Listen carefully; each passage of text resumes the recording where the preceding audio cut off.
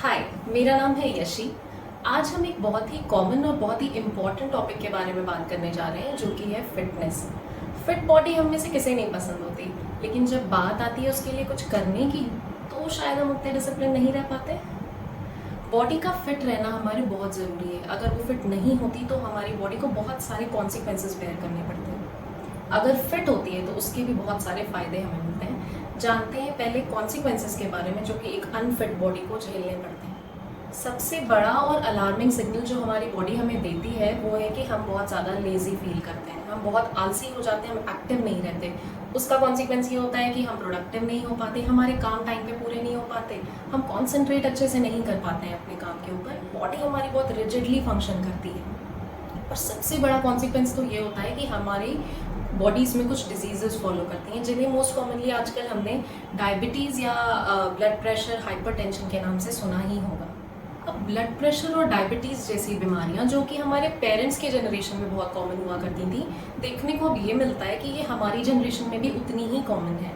तो ये बहुत ज़्यादा अलार्मिंग साइन है कि this is high time we should move towards fitness. तो फिटनेस के बेनिफिट्स के बारे में बात कर लेते हैं। फिटनेस का सबसे बड़ा बेनिफिट तो यही है कि हम बहुत ज़्यादा एक्टिव फील करते हैं, हम बहुत प्रोडक्टिव हो जाते हैं, हम बहुत एफिशिएंट हो जाते हैं, काम हमारे बहुत जल्दी और टाइम पे पूरे होते हैं, हम पंक्चुअल हो जाते हैं, हमारी बॉडीज़ कॉन्सेंट्रेट बहुत अच्छा कर पाती हैं, फ्लेक्सिबल हो जाती हैं। ऐसी फीलिंग्स जो हमें एंग्शियस, डिप्रेस्ड और सिक फील कराती थी, वो बहुत ज़्यादा कम हो जाती हैं। अब फिटनेस की तरफ जाया कैसे जाए? बहुत ही सिंपल है। अगर आप मेरी माने तो ये सारी चीज़ें आप फॉलो करके घर पे भी बहुत ज़्यादा फिट हो सकते हैं। फिटनेस के लिए हमें क्या करना है? सिर्फ दो चीज़ों का ध्यान देना है, एक तो डाइट और एक फिजिकल एक्टिविटी। अब इनका रेशियो क्या होता है हमारी फिटनेस में? हमारी फिटनेस में डाइट का 80% रोल होता है, फिजिकल एक्टिविटी का 20% रोल होता है। तो ये सारी चीज़ें 80:20 के रेशियो में काम करती हैं। बात कर लेते हैं फिजिकल एक्टिविटीज़ की। तो फिजिकल एक्टिविटीज़ को बहुत ही आसानी से हम अपने घर के बाहर जाके रनिंग कर सकते हैं, हम जॉगिंग कर सकते हैं, हम साइकिलिंग कर सकते हैं, हम स्पोर्ट्स खेल सकते हैं। आपको जिम जाना पसंद है तो आप जिम जा सकते हैं। इंडोर्स के लिए गेम्स में तो थोड़े कम ऑप्शंस हैं, लेकिन एक बहुत अच्छा ऑप्शन जो है वो है योगा का। आप योगा प्रैक्टिस करेंगे, आपके इंटरनल ऑर्गन्स बहुत हेल्दी रहते हैं उससे, आपका मेंटल स्टेट बहुत हेल्दी होता है, आपकी फ्लेक्सिबिलिटी बॉडी में बहुत जल्दी अचीव करते हैं। तो योगा एक बहुत अच्छा ऑप्शन है इंडोर्स के लिए। डाइट की अगर हम बात करें तो हमें कुछ बहुत ज़्यादा फैंसी, बहुत कॉम्प्लिकेटेड नहीं करना है। हमारे घर का जो होम कुक्ड फूड होता है, सिंपल सादा देसी खाना, हमें सिर्फ उसे ही खाना है। करना क्या है? हमारी जो रेगुलर दाल होती है, हमारी रेगुलर सब्जियां होती हैं, उन्हें ही अपनी डाइट में इंक्लूड करना है। और उसके लिए you can play around pulses and vegetables. इतने टाइप्स की दाल है हमारी तो इंडिया में, इतने टाइप्स के वेजिटेबल्स हैं, ग्रीन वेजिटेबल्स हैं, कलरफुल वेजिटेबल्स हैं, तो आप इन सारों को इंक्लूड करिए। वैरायटीज़ इतनी है तो हम बोर भी नहीं होंगे, हम हर दिन उसको चेंज कर करके खा सकते हैं। उससे हमारे न्यूट्रिएंट्स और विटामिन्स की भी कमियां पूरी होती रहेंगी और हम बोर भी नहीं होंगे।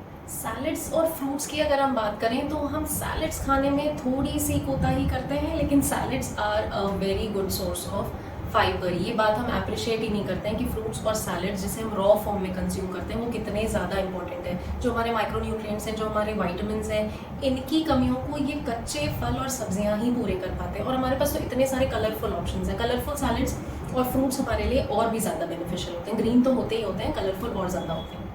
Now I will sum it all for you. 1, आपको एक्सरसाइज करनी ही करनी है। Please make exercise a way of your life. 2, आपको खाना अच्छा खाना है, because you have to ensure proper health of your gut. ने सुना होगा कि our gut is our second brain. जितना ज़रूरी हमारे दिमाग का हेल्दी होना है, उतना ही इम्पोर्टेंट हमारे गट का हेल्दी होना भी है। 3, जो बहुत ही इंपॉर्टेंट है, इस पूरे वीडियो का, इस पूरी इन्फॉर्मेशन का सार है, वो ये है कि a healthy mind lives in a healthy body. तो हमें इंश्योर करना है कि हमारी बॉडी हेल्दी हो, सो दैट हमारा माइंड प्रॉपर फंक्शन करे, हमारी मेंटल हेल्थ अच्छी हो, हमारी फिजिकल हेल्थ अच्छी हो, हमारी गट हेल्थ अच्छी हो। और इसी के साथ आज के लिए बस इतना ही। अगर वीडियो अच्छी लगी है तो प्लीज़ मुझे कमेंट्स में बताइएगा। I will see you in my next one. Thank you.